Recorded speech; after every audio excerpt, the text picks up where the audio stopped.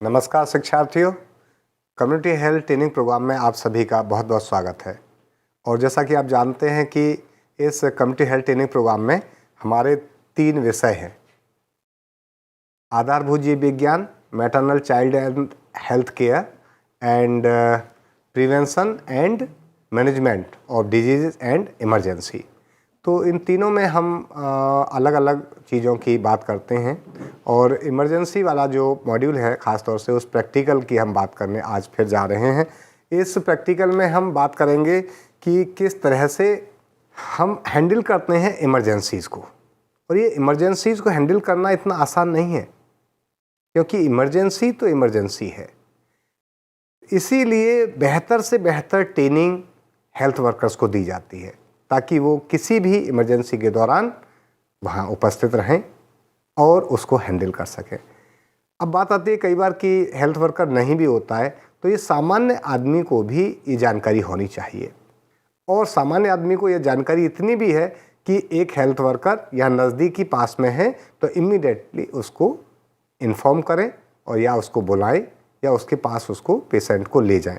तो आज का इस तरह का टॉपिक है जिसमें ना तो हेल्थ वर्कर आसपास है और ना ही कोई घर में हेल्थ वर्कर होता है, लेकिन बर्निंग की जो कंडीशन है यानी जलने की जो कंडीशन है वो कहीं भी किसी भी वक्त किसी समय भी हो सकती है। ऑफिस हो, घर हो या फिर आपका कार्यक्षेत्र हो, किचन हो। तो आज हम बात करते हैं बर्निंग की यानी जलन पर। और इसके संदर्भ में हमारे साथ स्टूडियो में मौजूद हैं डॉक्टर स्नेहलता, जो एसोसिएट प्रोफेसर हैं। मैं उनका स्वागत करता हूं स्टूडियो में इस कार्यक्रम के लिए। बहुत बहुत स्वागत है मैम आपका। नमस्कार। नमस्कार सर। नमस्कार। तो डॉक्टर स्नेहलता, सबसे पहले मैम आप ये बताएंगे कि ये जो घटनाएं होती हैं ये कहाँ कहाँ हो सकती हैं और किस तरह की इमरजेंसी होती हैं? जी सर, जलना अगर हम देखते हैं तो ये महिला और पुरुषों को लगभग सेम प्रतिशत में ही होता है, परंतु महिलाओं को अधिकतर घर में हो जाते हैं, जैसे किचन में होता है। और ये ओपन कुकिंग डिवाइसेस रहने से या ठीक से मतलब कुकिंग एरिया प्रॉपर ना रहने के कारण भी हो सकता है। और ये जो जलना है आग से मोस्टली होता है। ड्राई आग से अगर होता है तो जिसे हम बर्न कहते हैं, और लिक्विड से अगर होता है तो उसे हम स्कैल्ड्स कहते हैं। गर्म पानी या तरली कोई भी पदार्थ हो, जैसे गर्म दूध है, या इससे हो सकता है। और महिला ही नहीं, बच्चों को भी ये कुकिंग किचन एरिया में ज़्यादा ये बर्निंग होने जलने की चांसेस बढ़ जाता है। इसके अलावा कोई रासायनिक पदार्थ, जहाँ पुरुष की बात होती है, जहाँ भी वो काम करते हैं रासायनिक पदार्थों से, उससे जलने की चांसेस बढ़ सकता है। मुझे लगता है जैसा कि आपने बताया कि रासायनिक पदार्थों से जलने की जो प्रक्रिया है, तो इसमें ख़ासतौर से जो इंडस्ट्रीज में जो लोग काम कर रहे हैं या फिर एसिड वगैरह से काम करने वाले लोग हैं, कई बार घर में भी जिस एसिड को हम इस्तेमाल करते हैं उस इस्तेमाल के कारण भी कई बार हम जल जाते हैं। तो ये जो केमिकल्स की बात है ये ख़ास तौर से बिल्कुल बहुत ही अलग है और ज़्यादातर इस तरह की घटनाएं भी बहुत ज़्यादा देखने को मिलती हैं। और जैसा कि आप बता रहे हैं फायर वाले केसेस तो ख़ास तौर से घरों में बहुत ज़्यादा होते हैं, कॉमन है। बिल्कुल, जैसे कि सिलेंडर में कई बार आग लग जाती है, सिलेंडर आग पकड़ लेता है किचन में। और अक्सर उस समय घर पे कई बार जो पुरुष लोग हैं वो बहुत कम होते हैं या नहीं होते हैं, तो ऐसी स्थिति में उस महिला को बहुत बड़ी परेशानी का सामना करना पड़ता है। आसपास के लोग जो हैं उसकी सहायता करते हैं।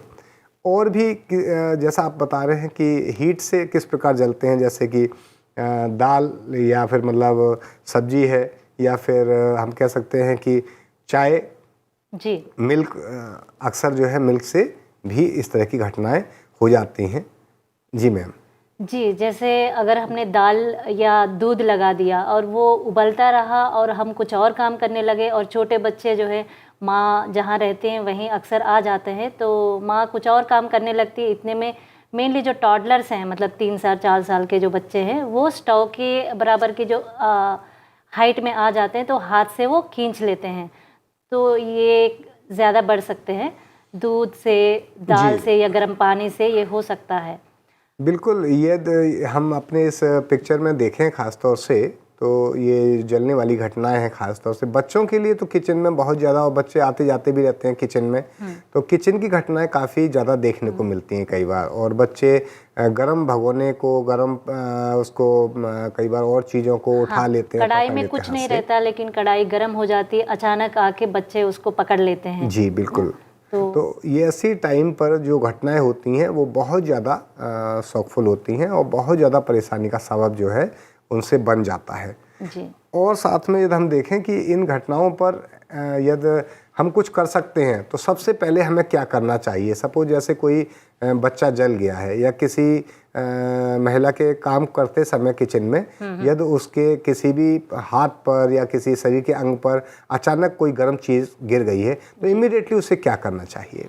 हाँ, पहले हमें ये देखना चाहिए कि किस अंग पे मतलब कितना भाग जला है। हाँ, कितना भाग जला है और कितनी गहरे में जला हुआ है, क्योंकि ये अलग अलग तरीके के हैं कि एक first degree burning, second degree, third degree और फोर्थ डिग्री तक होता है।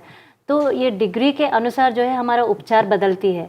मान लीजिए अगर जलना जो है सुपरफिशियल है कि ऊपर की स्किन लेयर पे ही अगर जल गया है तो सिर्फ जो है लालपन आता है, तो जैसे ही ये जल जाता है तो तुरंत ही नल के नीचे हम 20 मिनट तक लगातार जो है पानी उस जला हुआ पोर्शन पे डालते रहना चाहिए, या हाथ पे अगर जला तो नल के नीचे हाथ को लगाना चाहिए।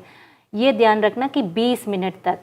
और इससे क्या होता है, अंदर की और जो स्किन की लेयर से वहाँ तक नहीं पहुँच पाती है।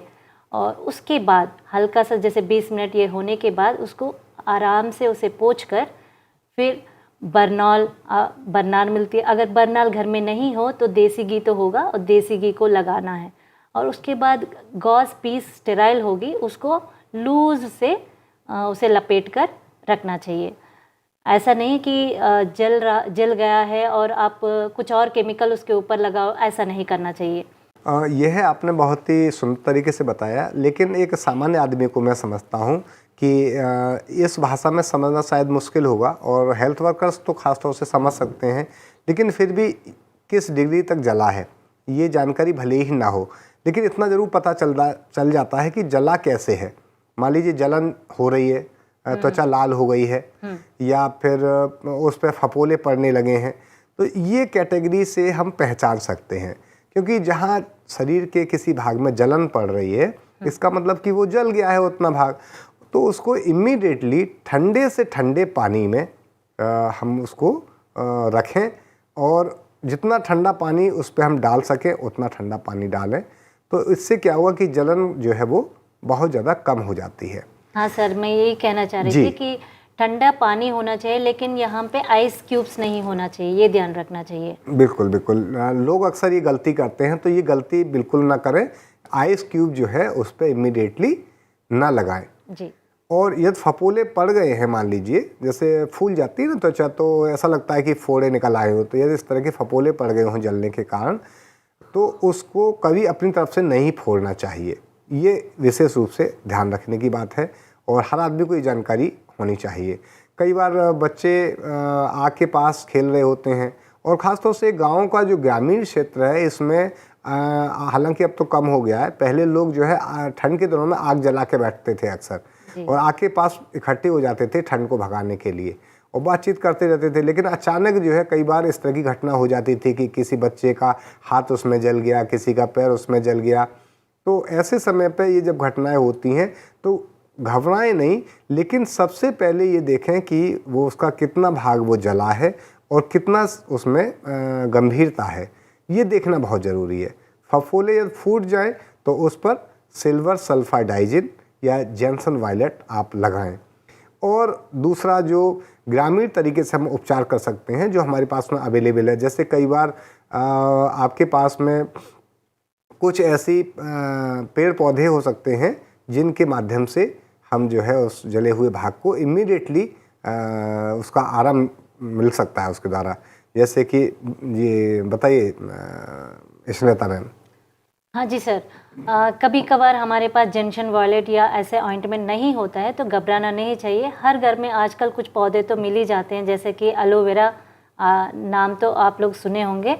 तो एलोवेरा अगर है तो इस एलोवेरा का इसको हम, ये इस तरह से होता है, ये एलोवेरा पेड़ का हम इसका अगर तोड़ देते हैं तो इसके अंदर ये गूद निकलती है और ये रस निकलता है।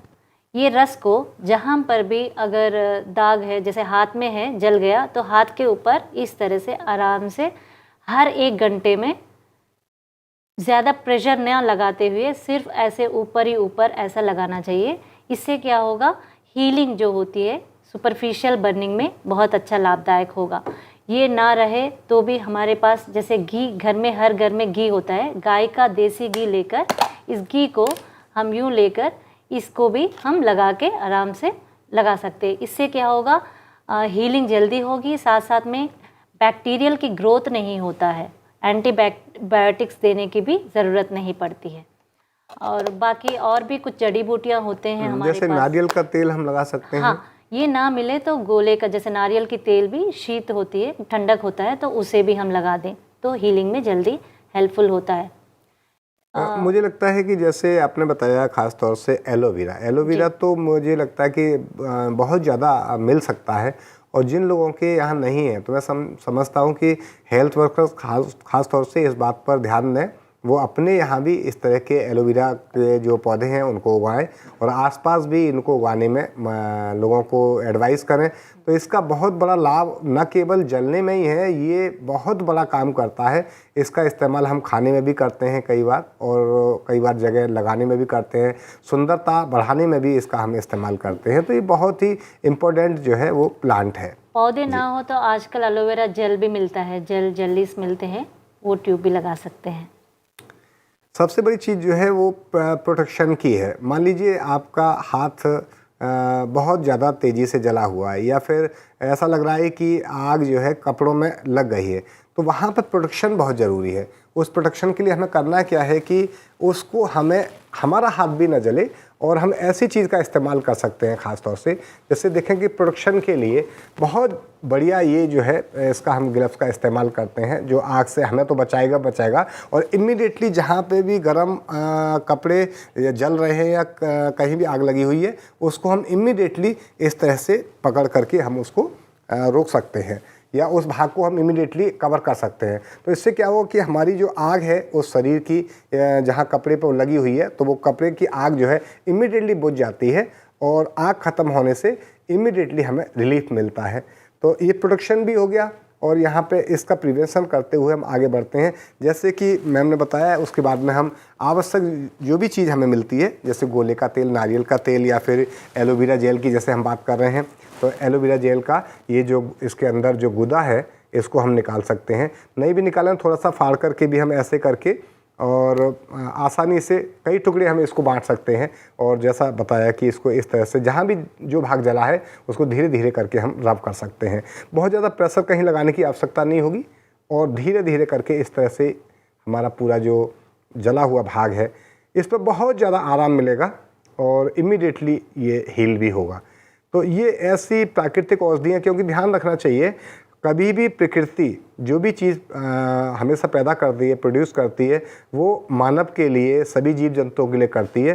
तो ये जो चीज़ें हैं प्रकृति ने हमें दी हैं, ये बहुत ज़्यादा फ़ायदेमंद हैं। जो अगर ये चीज़ें हमें मिल जाती हैं तो आसानी से हम अपनी बहुत सारी रोगों को ठीक कर सकते हैं, और किसी भी समय आपातकालीन स्थिति में हम उनका इस्तेमाल कर सकते हैं। जी मैम, और क्या क्या हम इस्तेमाल कर सकते हैं? इसके अलावा चंदन भी हम इस्तेमाल कर सकते हैं। जहाँ पे हमें जलने के बाद जो है वहाँ से दाग, अंदर से बहुत बर्निंग सेंसेशन मिलती है, तो हम चंदन, घर में चंदन होगा तो चंदन को घिस के इसकी लेप भी लगा सकते हैं। ये चंदन है सर, ये चंदन है। ये चंदन जो इसको घिसना है पहले, हाँ, पानी में जी घिस के उसका लेप, बहुत पतला सा लेप हम उसके ऊपर लगा सकते हैं, और दिन में 2 से 3 बार लगा सकते हैं इसे। तो जैसा कि सभी जानते हैं कि चंदन जो है बहुत ठंडा होता है और चंदन का इस्तेमाल ख़ास तौर से हम अपना तिलक लगाने में और अपने मस्तक पे लगाने पे भी करते हैं। और जो अगर चंदन को जो अगर हम ठीक से सिल पे घिस करके जल्दी से, और इसका जो भाग है, जहाँ भी जला हुआ भाग है, उसको यदि हम उस त्वचा पर लगाते हैं तो वहाँ भी इमीडिएटली ठंडक मिलती है और जलन कम हो जाती है और धीरे धीरे करके उसका असर होने से जो जला हुआ भाग है वो बहुत जल्दी ठीक हो जाता है और हील अप हो जाता है। जी, इसके अलावा एक मुलेठी है, ये भी एंटी इन्फ्लेमेटरी जैसा काम करता है और इसका भी हम घिस के पानी में घिसकर जैसे चंदन को लगाया वैसा ही हम लगा सकते हैं। तो सेम इसी तरह से मुलहटी का इस्तेमाल भी हम कर सकते हैं और मुलहटी भी बड़ी आसानी से हमारे आसपास जो है मिल जाती है। किसी भी ग्रामीण इलाके में जो हमारे आसपास जो जनरल स्टोर हैं वहाँ हमें आसानी से मिल जाती है, चाहे वो मुलहटी है। चंदन हालांकि थोड़ा सा हमें बड़ी दुकान से मिलता है, लेकिन घर पे अक्सर ये चीज़ें हमें मिल ही जाती हैं, तो इनका इस्तेमाल हम कर सकते हैं। और मैं समझता हूँ गोले का जो तेल की यदि हम बात करें तो घी भले ही हमारे घर में ना मिले, लेकिन गोले का तेल अक्सर हम इस्तेमाल करते हैं, तो गोले का तेल हमें आसानी से मिल जाता है, जो कि जले हुए भाग को न केवल कवर अप करता है, जलन को कम करता है, बल्कि एक तरह से उसमें एक एंटीबायोटिक का भी काम करता है और बहुत जल्दी उसको हील अप करता है। जी। एक मैं हमारे फ्रेंड का एक्सपीरियंस में शेयर करना चाह रही हूँ सर। वो नेचुरोपैथी के डॉक्टर हैं। 80% उनका बर्न्स हुए थे, तो 1 हफ्ता के लिए उनका एडमिट किया गया था हॉस्पिटल में। उसके बाद जब उन्होंने खुद मतलब डिस्चार्ज करवाकर वो यही किया था कि गाय का जो घी है वो पूरा मतलब बहुत अच्छा आधी इंच की थिकनेस से वो डेली लगाया करते थे उनको, और 2 महीने के बाद उनका मतलब कंप्लीट क्यूर हो गया। जो बर्न्स के बाद जो दाग होते हैं वो भी मैक्सिमम तौर तक वो कम हो गए थे, और डॉक्टर्स भी दोबारा जब फॉलोअप में वो हॉस्पिटल गए थे तो वो भी शॉक हुए थे कि इतना अच्छा क्या कैसे हुआ और क्या आपने अपनाया। तो उन्होंने शेयर किया था ये चीज़ कि सिर्फ मैं कुछ नहीं किया, सिर्फ गाय का घी से ही मेरा ये ठीक हो गया। बिल्कुल, यहाँ ये समझने की बात है कि जैसा हम बात कर रहे हैं गाय के घी की या गोले के तेल की, तो उसके अंदर जो बहुत सारी चीज़ें हैं वो हमारे जो जले हुए भाग हैं, जो अगर हम इस पिक्चर के माध्यम से देखें, अलग अलग ये पिक्चर्स में वार्निंग की स्टेजेस दिखाई हुई हैं, 1st degree, 2nd degree, 3rd degree, किस तरह की कैटेगरी है। तो कई बार ज़्यादा जल जाए और उसको हम मेडिकल तक रेफ़र कर देते हैं, लेकिन यदि कम भाग जला है तो उसको हम आसानी से कोशिश करेंगे कि घर पे हम हील अप कर लें, और इन चीज़ों के माध्यम से हम ठीक भी कर सकते हैं। जहाँ हमें ज़रूरत है पट्टी की तो हम पट्टी बांध सकते हैं, लेकिन जले हुए भाग पे कितनी पट्टी बांधें इस बात का हमें ध्यान रखना है कि कहीं ऐसा ना हो कि स्किन जो है इस पट्टी के साथ ही खिंचाए, और जो अगर हमारी स्किन कहीं भी मान लीजिए फपोले नहीं पड़े हैं या बहुत ज़्यादा नहीं बर्न हुई है, तो हम इसमें कॉटन का इस्तेमाल भी कर सकते हैं। कॉटन लगाने से थोड़ा आसानी रहेगी, और कॉटन उस भाग पर रखने के पश्चात में उस पर हम पट्टी बांध सकते हैं, पट्टी लपेट सकते हैं, ताकि वो बहुत ज़्यादा आगे दर्द की स्थिति ना बने।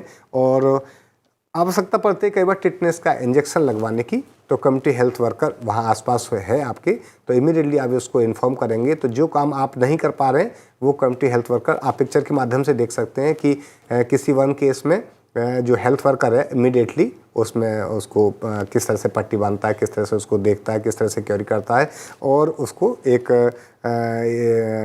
इंजेक्शन दे देता है टिटनेस का, ताकि आगे की किसी तरह की कोई समस्या ना बने। तो ये चीज़ें जो हैं बहुत आवश्यक हैं, इनको समझना चाहिए। स्वास्थ्य कार्यकर्ता को यदि वहाँ अवेलेबल है तो क्या क्या करना चाहिए, इस चीज़ पे हम ज़रूर बात कर लेते हैं।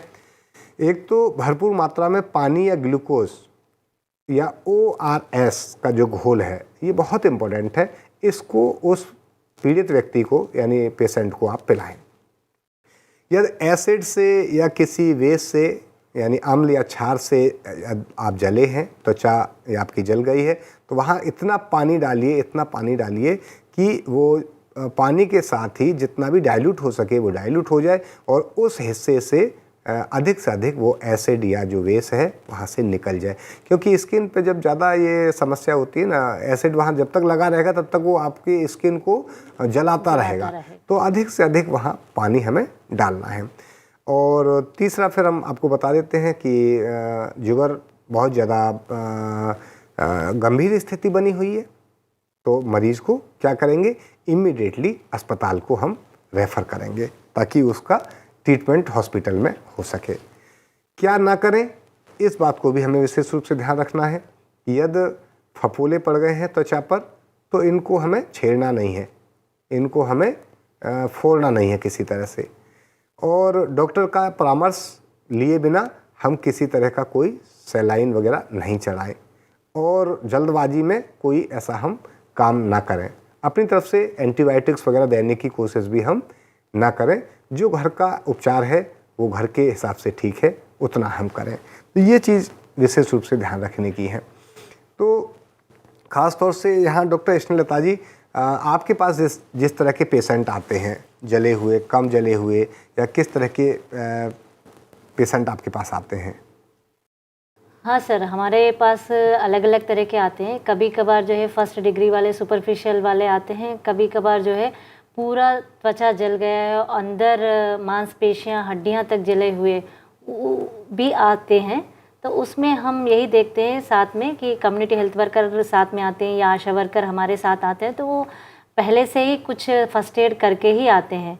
और कुछ जो है वो कुछ मतलब मिस्टेक्स भी होती हैं, जैसे कि उनको पता है कि अगर जल गया तो 20 मिनट तक ठंडा पानी रखना चाहिए, तो वो तो ठीक है, एक हिस्से में जल गया तो वो ठंडा पानी, लेकिन बहुत ज़्यादा अगर पूरे शरीर में 80% या 90% अगर जल जाते हैं तो उसमें भी लगातार ये पानी डालते हैं। उससे क्या होता है कि वो शरीर का तापमान गिर जाता है और हाइपोथर्मिया या हाइपोथर्मिक शॉक से वो लेकर आते हैं, होने के चांसेस हो जाते हैं। होने के चांसेस। और हमारे पास इस तरह से आते हैं, वो कहते हैं कि हमने लगातार जो है बाल्टी में पानी भर भर के उनके ऊपर डाल दिया, उसके बाद से उनका होश नहीं है।